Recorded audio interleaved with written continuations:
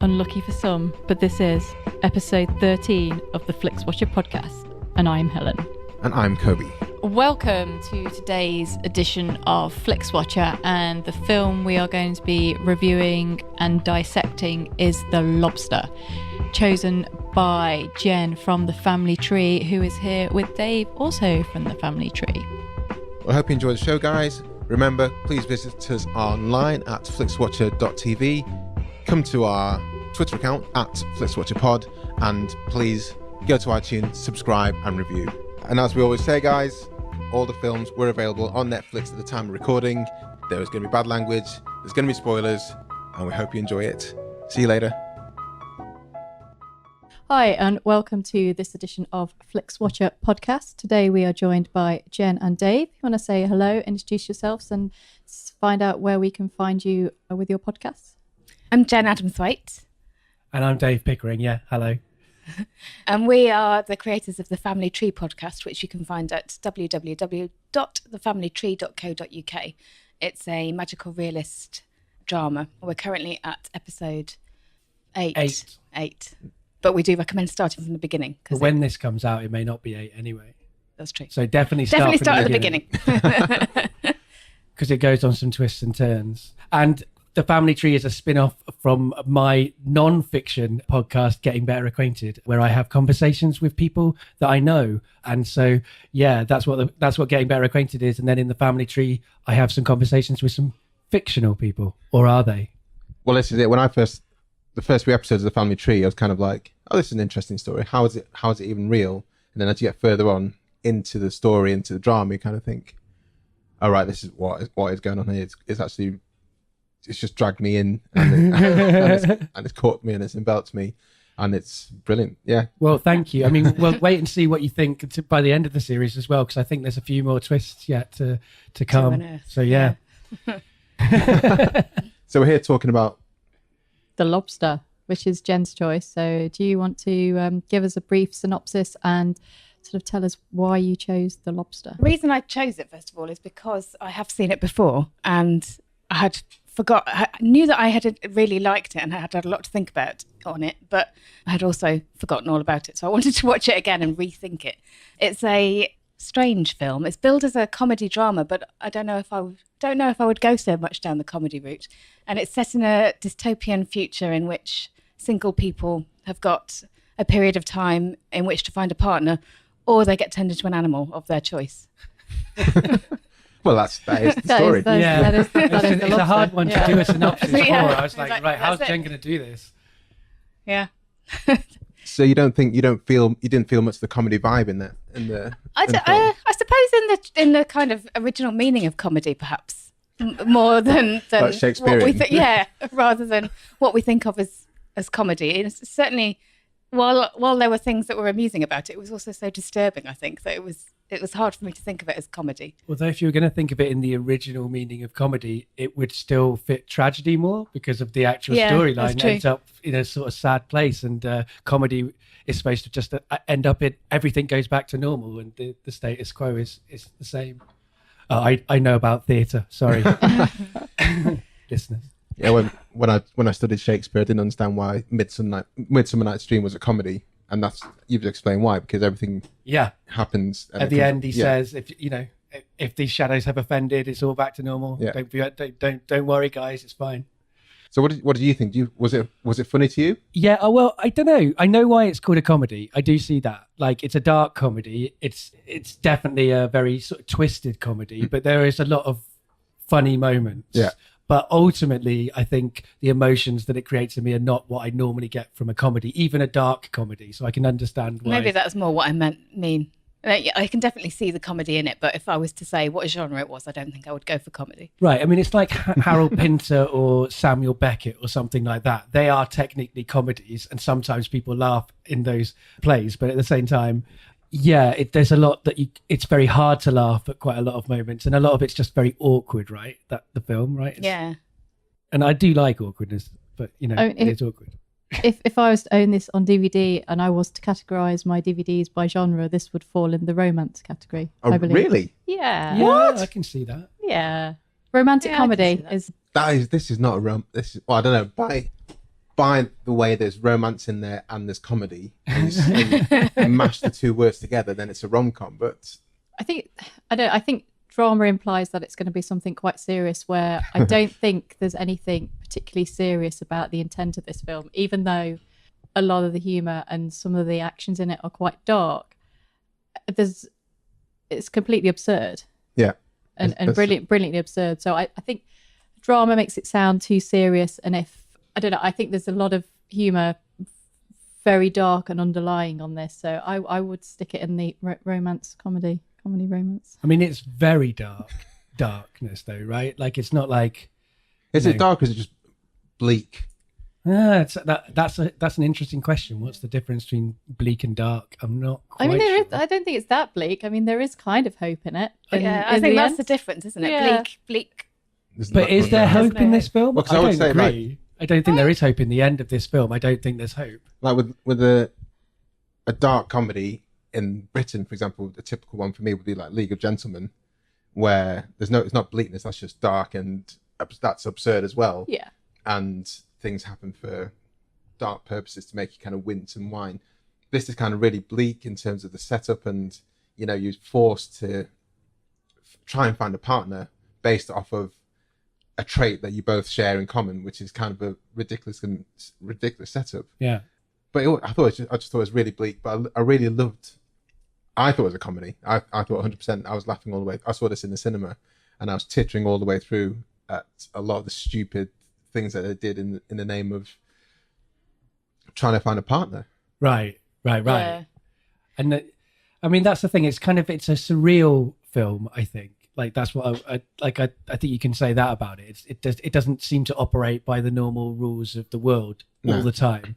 But at the same time, it's really realistic, because I feel like This is going to be the future. Yeah. In a few years, Well, hold on. this is it. Including the bit about being turned into an animal. Well, science could happen. True.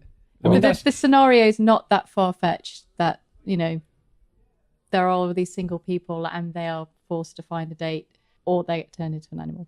I think that's one it's of the more things of a I metaphor, isn't really it? enjoyed about it, is that it's a bit like the volume's been turned up on all those things that we are familiar with, like dating websites, and so it isn't. I mean, while it is implausible, it's also kind of just like saying, what if you just took that one notch further? Yeah, I mean, when we watched it, because we watched it together on Netflix, and we were thinking, like, it kind of felt a lot like Delicatessen or something like that. Like, have you seen I've that? never film? seen Yeah. it.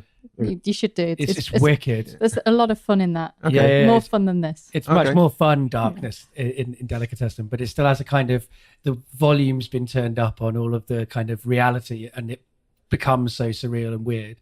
I mean, Delicatessen's about, cannibalism that people don't know about. So it's kind of a similar sort of thing to this, of like when people are in Lobster, people are, they have to shoot the single people, right? And get points for it. Yeah, exactly. Yeah. But we haven't really talked about what happens in the film.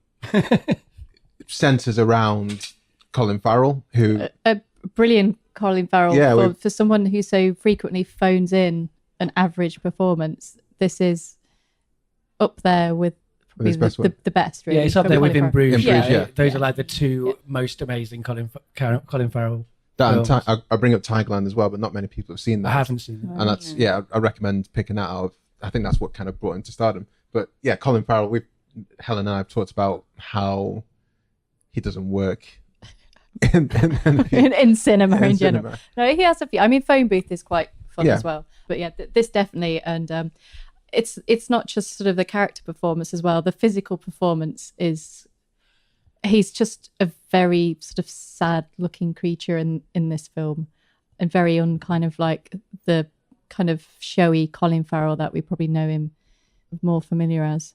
Yeah, it's very stilted, very deadpan delivery, but everyone's got that kind of deadpan delivery. Well, there's a narration as well around it. Yeah. Which Which is also that same kind of style, isn't it? that deadpan. In fact, we paused it in the middle to make a cup of tea, didn't we? And I just felt like narrating the entire process in that deadpan kind of way. It kind of got in your head. She switches on the kettle. Yeah, right. Exactly. And it's interesting you say like a physical performance, because one of the things we were also talking about is how it's really like a silent movie in some ways, even though there's dialogue in it. Like so much of it's such physical comedy. You can imagine like Buster Keaton or somebody like that doing it. Yeah, because there's bits where Ben Whishaw, because you have to marry with someone who's got a trait. So he finds a girl who gets nosebleeds all the time, so he keeps on smacking his head against the table, so he gets nosebleeds. Yeah, and there's some. And that's one of the least ridiculous things about the film actually. as well. Right, and it gets bleaker after that part, like the part where they're actually trying to find partners under the threat that they might change into animals is much less bleak than when they're alone and they're going into the cities and they're like trying to find like that. The whole kind of sort of it degenerates into a kind of like I don't know, they're kind of terrorist group of like single people in the woods. Yeah, and like at that point, I think it gets so dark. Like from then onwards, it's so dark, that stuff. Well, there's some. Obviously, the whole kind of the set out of the film is kind of two parts, isn't there? Yeah. There's the hotel part, and then there's the forest kind of section, isn't there? Yeah. And I 100%. If the whole film was the hotel part, I'd watch it on a loop. That's the funny stuff. Yeah. Yeah. I'd really kind of take a really big kick out of that stuff. I can see, the second part isn't as funny. No. And it's a lot more bleak. And right. But there was even in the hotel, there's that bit where the girl that Colin Farrell tries to settle down with by pretending that he's got no emotions whatsoever, and she kicks his dog to death. Right. Oh, that's horrible. And the dog is his brother. brother who failed to get a partner. Well, and there's the suicide, right? As well, where she's screaming and no one's doing anything about it, and you know she's dead, but she's still alive. It's horrible. So there are still some horrible moments in that. Absolutely. You are right. We're painting a bad picture of it, but if you don't know anything about this film, then you're just going to be thinking, I can't. They said it's a comedy, and now there's people dying. There's dogs being. It is a very dark film. I don't know if you've seen Dogtooth. It was also by the same director, which is also brilliant, but quite dark as well. But again, has this weird, really, really funny, really, really horrific running all the way through it. And he's actually got 2 new films coming out next year, I read, but there is violence to animals in that as well, and it's really bizarre that he has violence against humans and violence against animals, and yet like the thing that I remembered the most was obviously the dog being kicked to death, let alone like all the violence against people. It was just kind of, that was the bit where people had obviously been laughing in the cinema, and then that was the point where everyone we were not really laughing. Right. Yeah. And then it did kind of pick up, but I think that kind of pushed a lot of people sort of to their limits of what you want to watch, really, which is really interesting because this is such a mainstream film to have such kind of. Do you think it's a mainstream film? No, I don't know. It's got Colin people. Farrell in it. It's got mainstream actors in it. I think it's not necessarily a mainstream film. It may have had a mainstream interest. I don't know, but I mean, if you look down the cast list, we're looking at Ben Whishaw here, John C. Reilly, Colin Farrell, of course, Rachel Weisz. Yeah, Olivia Colman. Lea Seydoux. Olivia Colman is amazing in this one. Olivia Colman's brilliant. Lea Seydoux. Who else is in the mix? Michael Smiley, Irish guy. He's been in a lot of things, kind of as a bit part. But yeah, the cast is fantastic, and I think that's what kind of brought me into it when I saw it advertised. Well, it's an international production, isn't it? Like you say, it's Ireland, France, the Netherlands, all sorts of places all coming together. So the cast is quite international, if you like. Although there's only one person of colour in the whole movie, I think. Like there's the lady at the start, isn't there? Right. So it's not like multicultural, but it is international. And the director was Yorgos Lanthimos. He's a Greek fellow, isn't he? I would think so. Yeah. Yeah, that's right. And Greece is quite a big part of the production. Although I think it was shot in Ireland, and obviously Colin Farrell is the main person in it, so it has kind of quite an Irish feel to it and a French feel. Those were the main things I was picking up on. Yeah, well, Lea Seydoux and the French maid. Right, right, of course. But because we talked about the two sides of the film, you have a preference? I don't know. Yeah, well, I mean, the first part is much better than the second part. It kind of feels though they promised so much in the first bit and didn't quite deliver it in the second bit, and it kind of feels as though they're not necessarily running out of ideas, but there's less kind of drive about it, and it just doesn't quite feel as though it's been thought out as well, or quite as well written, or it just feels a little bit unfinished and a little bit like, oh, we're not quite sure where to go, so we're kind of going to go here, but we're not really that convinced it works, but we're going to do it anyway, kind of feeling, which lets it down a little bit. That's what I sort of found anyway with the second half. I think I probably had a similar reaction, but or a similar. I've just come at it from the opposite direction, so I kind of feel like the second half was the story that they wanted to tell, and the first half was sort of setting it up to enable that to happen. But then, in a way, the world that was created by the first half was perhaps what ended up being stronger than the story that they wanted to tell. Yeah, I mean, I liked a lot of things in the second half of this movie. Like, there are a lot of great ideas that I think are really, like, funny and scary and horrifying in it. I just didn't like the red kiss. Right, the red kiss. Oh, and yeah. the fact that, like, going into the city and having to pretend to be couples, or the police will take you away. That was terrifying.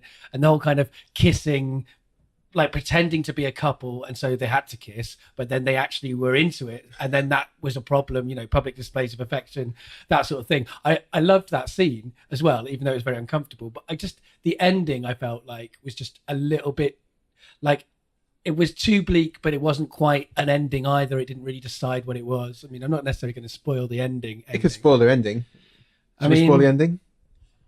There's a knife in an eye, and you don't know what happens. Yeah, you don't know if he's gone off and blinded himself so that he can be the same as his girlfriend, or if he's going to like not blind himself and try and convince her that he is blind. So that I quite like that ambiguity at the end, because it just is like no hope, isn't it? And I feel like that's what it was going with, and that's what it did. There just was no hope. I quite enjoyed the bleak. Well, you do have a taste for bleak stuff. Like, there's definitely been books and art that we've both watched, and I've been like, oh, I didn't like the ending. It was just a bit too bleak. And you're like, no, that's why it's good. And that's happened a few times, I think. Yeah, Time Traveler's Wife. Yeah, the book like stands out to me in that. Yeah. How's the film, The Time Traveler's Wife? I've never. I love the book so much that I'm not sure I really want to risk it. I tell you what, I've seen the film. Don't see it. It's nowhere. It doesn't understand what the book is. That's an interesting thing. Like what they made of The Time Traveler's Wife when they made it into a film was a kind of rom-com. Yeah. Like you're sort of, whereas what it should have been is something like The Lobster, and have the darkness and the twisted and the moments of violence that are in the book, which is kind of like taken out of the film. Yeah, I don't think I'm going to watch that. I mean, yeah, I really enjoyed The Lobster. I was really pleased because we asked a lot of people, we invited people to choose what films they wanted to watch on the Flixwatcher, and The Lobster was the most popular choice. So that shows this some kind of testament to the fact that there are people out there who want to watch this kind of film. And or maybe they missed it kind of at the cinema and sort of seen that it was on Netflix, and it was like, oh, this is the one to watch there. Yeah. So when I saw, obviously, we were going to be reviewing this, I was like, oh, yes. Yes. This is a good choice. Good length as well. How long is it? I think it's 1 hour 59. That's so, right. Yeah, just under. Just under 2 hours, which I think seems to be quite important, doesn't it, for TV movie watching? Yeah, I guess so. In this age of... Yeah, I mean, I guess so. Although normally what we watch on Netflix is TV. Yeah. So paused both of those in the middle. And had made a cup of tea and then sat back. But this film is definitely the right length to have a cup of tea right in the middle, and for both sides to feel like TV episodes. It might almost be advisable. Right. Or maybe something a bit stronger. Yeah. Maybe come prepared. Right. We recommend alcohol, and what else would you recommend to have as like a survival kit for this film? Oh, I don't know. Just a rain mac. I don't know why. I mean, what you talk about that kind of leads us onto the scoring system. But before we go there, I mean, who would you recommend? What kind of person? The first score is a recommendability score out of 5. How highly would you recommend this film? But I think it'll be interesting to qualify what kind of films do people like before you'd consider Yeah, recommending that's it, because it wouldn't be. It's not going to get a high score, I don't think, in terms of out there recommendability. Cause No, I think I'd just recommend it to anyone. oh, really? Yeah. See what they make of it. Yeah.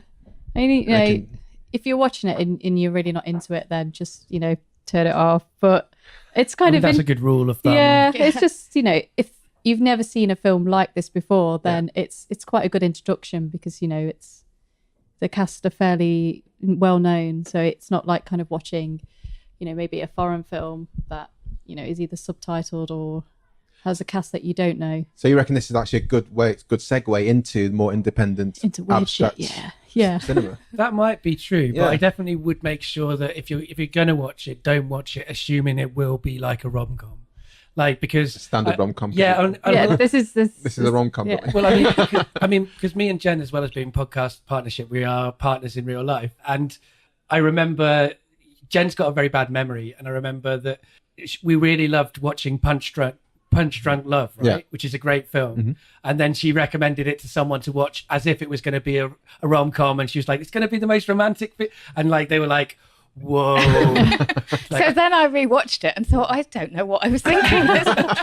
Right, because you just remembered the laughs that you had, Yeah. and you didn't remember the Didn't remember twistedness about it. So I think definitely don't watch this assuming it's going to be a nice date night movie, unless you're going out with someone like Jen who likes these kind of movies. Yeah. Well, okay, so Jen, out of 5, recommendability score. Oh, I find scoring so difficult. I would say based on the conversations that we've just had, maybe 4. Okay. Who would there be any kind of films or type of person you would recommend it to in particular, or?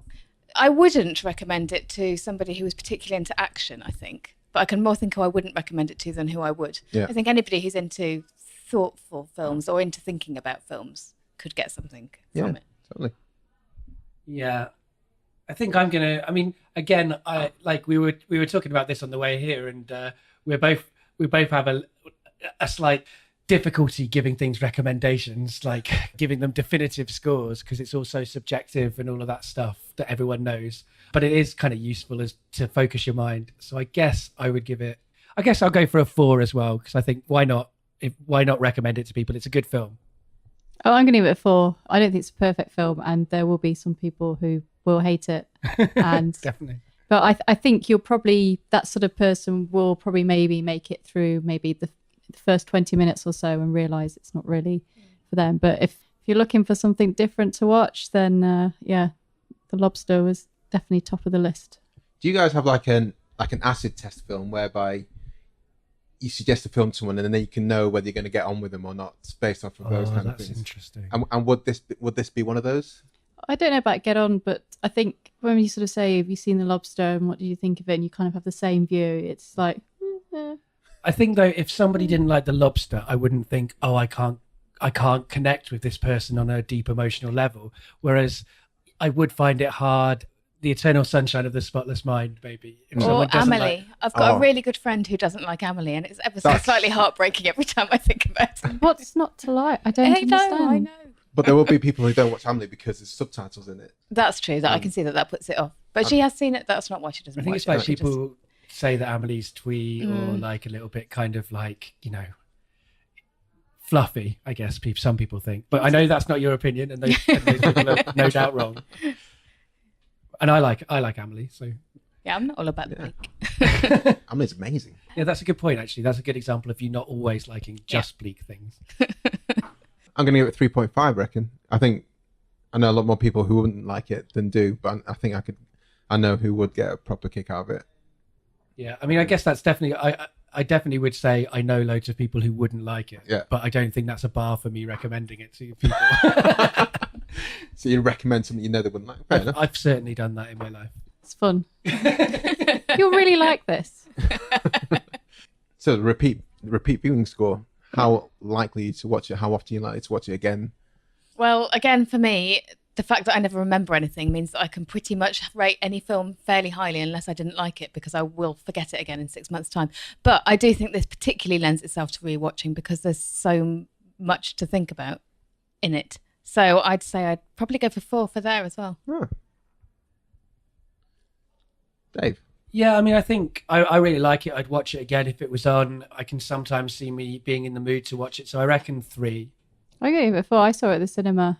enjoyed it the second time round, and I know someone who also wants to see it. So I'm Happy to watch with them. going to sit in and watch that. And I don't think I probably need to watch it again this year, but yeah, I'd probably watch it again. I don't know. I find it weirdly fascinating, I think, is what I come to think of it. That's a good way of putting it. I like that. So yeah, 4. Yeah. Yeah, I'm a 4. It would be higher if the second half wasn't as so totally different to the first half. I watched it again for the first half lots of times, and I can see myself actually watching it just for the first half and then kind of turning off, and stopping. I mean, I think I would have been higher if I had more time in my life for the repeat viewing. It's kind of like if it's in Bruges, for example, I will always watch. I will watch that every opportunity I have. Whereas this, it's like I like it, but I wouldn't want to. I wouldn't, there's other things to watch. Sure. And I would want to watch them above it, I think. Fair enough. So the small screen score, this is how you kind of, do you feel you missed out by not watching it in the cinema? Or if you saw it in the cinema, do you think, that was the best place for it? I didn't see it in the cinema, and I don't feel like in fact, I almost feel like I'm glad I didn't see it in the cinema. I think I might have found it a little bit overwhelming in the cinema. Yeah, it's definitely, you don't want to be in a full cinema with that, I think. Like, I wouldn't mind being in an empty cinema with a few people in it, but if it's like a really packed cinema and everyone's got popcorn and it's like pouring over you, I wouldn't want to be watching a dog get kicked. So, small screen score, I'd say that's a good, I might even go 5. Oh, wow. I'd say it's good on the small screen. Yeah, I reckon I'm 5. 5 for small screen. I mean, I'm going to give it a 4. I did see it at the cinema. It was quite an experience. Don't go on a date to watch The Lobster. But yeah, it equally works well. You don't really need to see it on the big screen. Yeah. So, it's, I can't really see. I mean, if you want to sort of project it a bit bigger, then you can. But yeah, TV screen is perfect for that. Yeah, I think it's a good film. And if it was shown at the Prince Charles Cinema again, I don't think I'd feel the need to go, wow, I need to watch that on the big screen again. So yeah, 4, I think. I did see it at the cinema and enjoyed it. Engagement score. So how engaged were you during watching it? Did you feel the need to be checking your phone? Did you stop to have a cup of tea? Well, we did stop to have a cup of tea. But I think we would do that for anything now. I think we've been too conditioned by TV. Exactly. I don't think that's a reflection of the film. It's more a reflection of tea. When we sit on the settee, we have a cup of tea after around about an hour. And also this is kind of a convenient break. So once it kind of leaves the hotel setting, maybe that could be the marker for it's a good time to go to the toilet, have a cup of tea. Which I think all films should have, actually. An interval in a film I would like very much. I'm trying to think if I checked my phone. I think I might have checked my phone a little bit at points because of the fact that I'd seen it before and I knew what was happening. But if I'd been watching it for the first time, in fact, when I did watch it for the first time on the same settee, I was engaged from beginning to end. So I think certainly on a first time, it's incredibly engaging. So what score would you give it? I should go for Jen first whilst you pontificate. Going to go 4, I think. Yeah, I'm going to go for 4. Yeah, I'm going to go for 4 as well. Yeah. I'm going to join you all in the 4. I think it has to be. It's either you're engaged with the film or you're not engaged with it. Yeah. And I think we all enjoyed it. So we must have been. You can't watch this in the background, can you? No. That's it. You can't half watch it. No. You're either in or you're out. Well, there we go. Anything else to say, guys? Before sorry, what's your question? Is there anything I should have asked you? That's what we ask. That's what I ask. The character of me asks. In the family tree, it's very confusing to be yourself and also a character of yourself. Is there anything else? I mean, I guess one of the reasons that this appealed to you is because it's a kind of magical realist film, and that's kind of what you brought to the family tree. Like I brought me, and you brought magical realism, so it kind of made sense for us to talk about together on someone else's podcast. Yeah, so that's just a genre I enjoy. I enjoy just like reality off kilter. Yeah. So here's a question. So hypothetically, if you were single and you had to be turned into an animal, I didn't anticipate. If you didn't find a mate, that's a good question. This is a very good question. What I wish animal I'd thought about this. would be your choice? You're looking at me first here. Oh shit! I mean, my favourite 2 animals are the cheetah and the dolphin. They're good animals. I reckon a dolphin had quite a lot of fun. It'd be fucking awesome to be a dolphin. I think the cheetah will be quite cool because I just want to see how fast I'd go, but I think I might quickly get tired of that. But with the dolphin, you can like roam around quite far, play around with the people Mess that want to around swim with with sailors, you. Yeah, yeah. exactly. Yeah, Swim with mermaids. swim with mermaids who, yeah. Probably not too much threat either, being a dolphin out at sea. Well, dolphins have got like possibly a similar consciousness to humans, close to it. So you haven't lost much in terms of your understanding of the world, and you get to be in the sea. Yeah. Pretty good. Yeah, I'll go dolphin. My favourite animals are dogs and frogs, but I don't think I want to be either of those things. I think I'd like to be something that can fly. I don't know, maybe a albatross or something. Yeah. Yeah, that Very might be family cool. tree related, that. Yes, I hadn't thought of that. I know what I would like to be. I would like to be a bonobo. Bonobos are the fourth Very great specific. ape that are a little bit like chimpanzees. But the difference is between them and chimpanzees is bonobos kind of all hang out in a kind of hippie commune and basically all have sex with each other as grooming. And they have like, they're one of the few animals that has face-to-face sex as well. Like they have kind of love partnerships and bonds across the whole community. And basically they just like hang out, eating, having sex, and like the women are kind of in charge. I've thought about this quite a lot. Well, I've always wanted to be a bonobo. I mean, they're vastly superior to human beings, I think. But yeah, so bonobo is my answer. Helen, back to you. I don't really know how to follow that. I mean, anyone who knows me in the slightest way will know the answer to this. It's got to be a cat, hasn't it? Just a domestic house cat. We're going for like king of the jungle. Just a cat, yeah. Just a normal cat. Just a normal tabby. I can see the appeal in that, actually. Yeah. Well, just hang around, come and go as you please, get fed, get a bit pissed off if you don't get fed. That's it. Look really cool. Go out at night. Yeah. Yeah, Sleep causing for a long mischief. time, whenever you like. Yeah. All right. I think that's a great place to finish, guys, isn't it? And on that note, Yeah.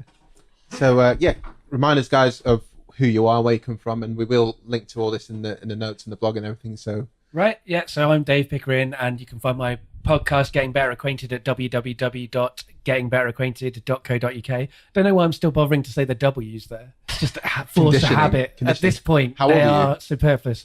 35? yeah, so that's when internet first came out, wasn't it? It was all about the W's, was. wasn't it? It was. And I also do various other things, so you can find out about that at davepickeringstoryteller.co.uk. It's always .co.uk because that is cheaper. And yeah, so I do true storytelling nights, and I do there's lots basically all my life is online on a podcast somewhere, so if you like me, go search it out. But I also do a podcast with Jen. Be me. I'm Jen Adamthwaite, and we are together doing The Family Tree, which you can find at thefamilytree.co.uk. We will check it. And Yeah, it might be the Family Tree podcast.co.uk. That's it's the problem. the Family Tree Podcast.co.uk, I think. Yeah, I think it is. Yeah, check the show notes. And where else can they find you, though? Because you don't just do the podcast with me. I'm also on Twitter under the handle at J Adamthwaite. That's probably the best place to find all the other links to And you me. do writing and stuff like that. Oh, and I'm on Twitter at GooseFat101. There you go. Why not? not Bonobo 101. No, I should. Well, maybe I'll change it soon. Awesome. Thank you very much, guys. Thanks for coming Thank you. on. Bye. Bye. Thanks, as always, to our super special podcasting guests, Jen and Dave from The Family Tree. Thank you. Always thanks. More thanks than ever to the awesome guys at GL Productions for editing this show.